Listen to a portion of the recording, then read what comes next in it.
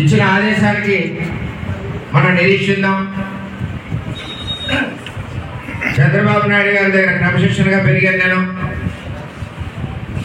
ఏ విధమైన పొరపాటు చేయలేదు, ఆయన ఏ విధమైన పొరపాటు చేయలేదు. ఎప్పుడు చూసినా అడిగిన డబ్బు ఇచ్చిన నాయకుడు చంద్రబాబు నాయుడు గారి లోకేష్. మీ అందరినీ కోరేది ఏంటంటే నిర్ణయం అవనండి. నిర్ణయం అయ్యాక నేను ఏదైతే కుటుంబంతో ఈ 18 సంవత్సరాలు ఉన్నానో ఆ కుటుంబం యొక్క నిర్ణయం ఏ విధంగా ఉంటే నేను ఆ విధంగా నడుస్తాను.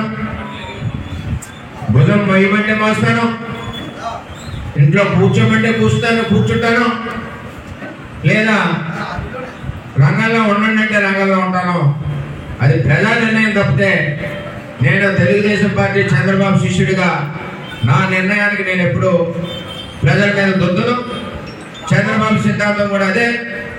ప్రజల నిర్ణయాన్ని గౌరవిస్తారు. ప్రజలు ఇచ్చి ఆదేశాలనే చంద్రబాబు నాయుడు గారు గౌరవిస్తారు. చెప్తుంటారు ఆయన.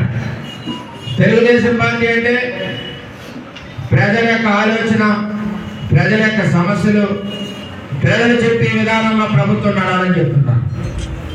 ఆ పద్ధతిలోనే పిఠాపురం తెలుగుదేశం పార్టీ నాయకులందరూ ఉండాలని ఈవేళ మీరు బాగుండొచ్చు,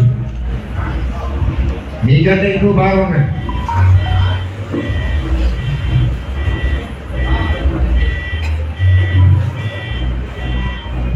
రెండు నెలల నుంచి నిద్రపోలేదు.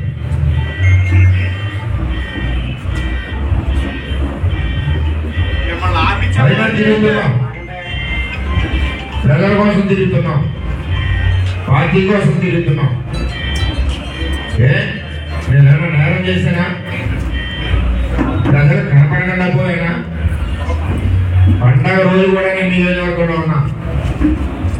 ప్రతిరోజు కూడా 3 మండలాల ప్రజలను చూస్తా,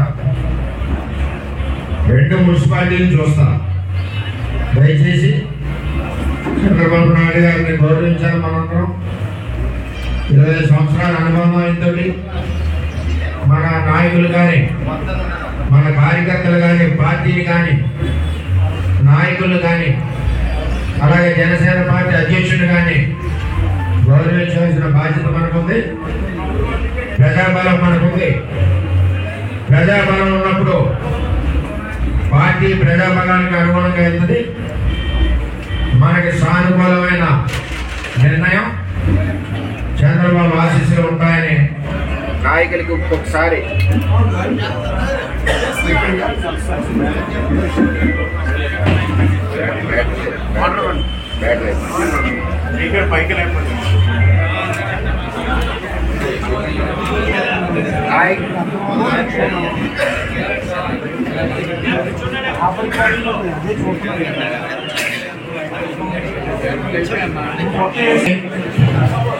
కార్యకర్తలందరినీ కోరేది ఏంటంటే సమయంలో పాటించండి. రేపు చూద్దాం.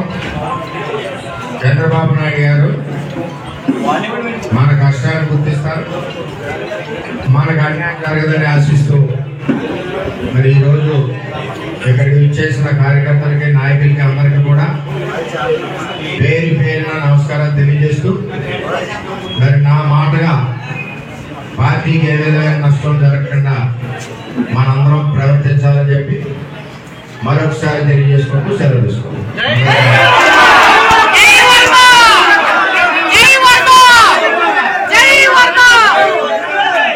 నాయకత్వం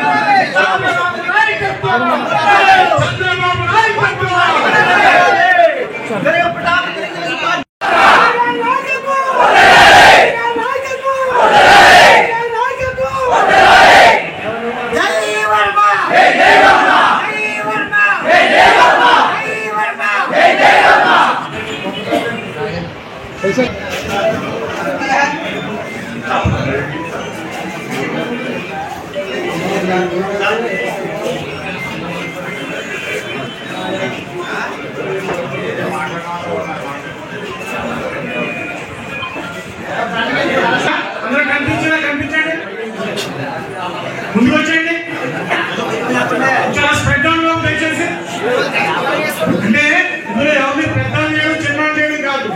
అంటే పదవులు ఉన్నవాళ్ళు రాజీనామా చేయాలి కాబట్టి నువ్వు వాళ్ళ మొక్కలు ముందు చూపిందా అని అంతా అనిపించేది కదా.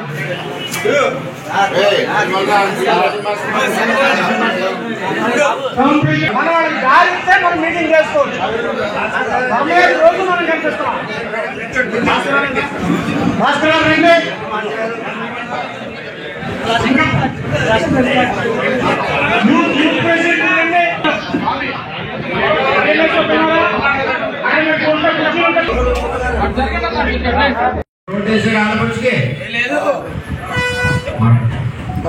ఇక్కడే ఒక ప్రాజెక్ట్ తెచ్చాడా? ఈవేళ ఎకరం భూమి తడుపుకోవాలంటే రైతు కష్టం చూస్తుంటే కళ్ళనీళ్ళు వస్తుంది.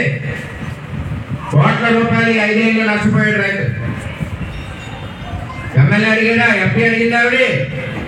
కానీ రైతు కన్నీళ్ళలో ఓటు అడుగుతున్నా. నేను రైతు కన్నీళ్ళు చూడడానికి కలెక్టర్ ఆఫీస్ చుట్టూ, ఇరిగేషన్ ఆఫీస్ చుట్టూ ధర్నాలు చేసి ఉత్తరాలు ఇచ్చి వరిసేలో పడుకుని నిరసన మేము మా నాయకులు చేస్తున్నాం. ఒకటే గుర్తుపెట్టుకోండి, మొన్న దళితులు వచ్చారు, మేము ఉన్నాం ఆనందంగా ఉన్నాం. నిన్న మా పాఠశాలలో వచ్చారు, ఎవరండి మీతో లేనంటున్నారు.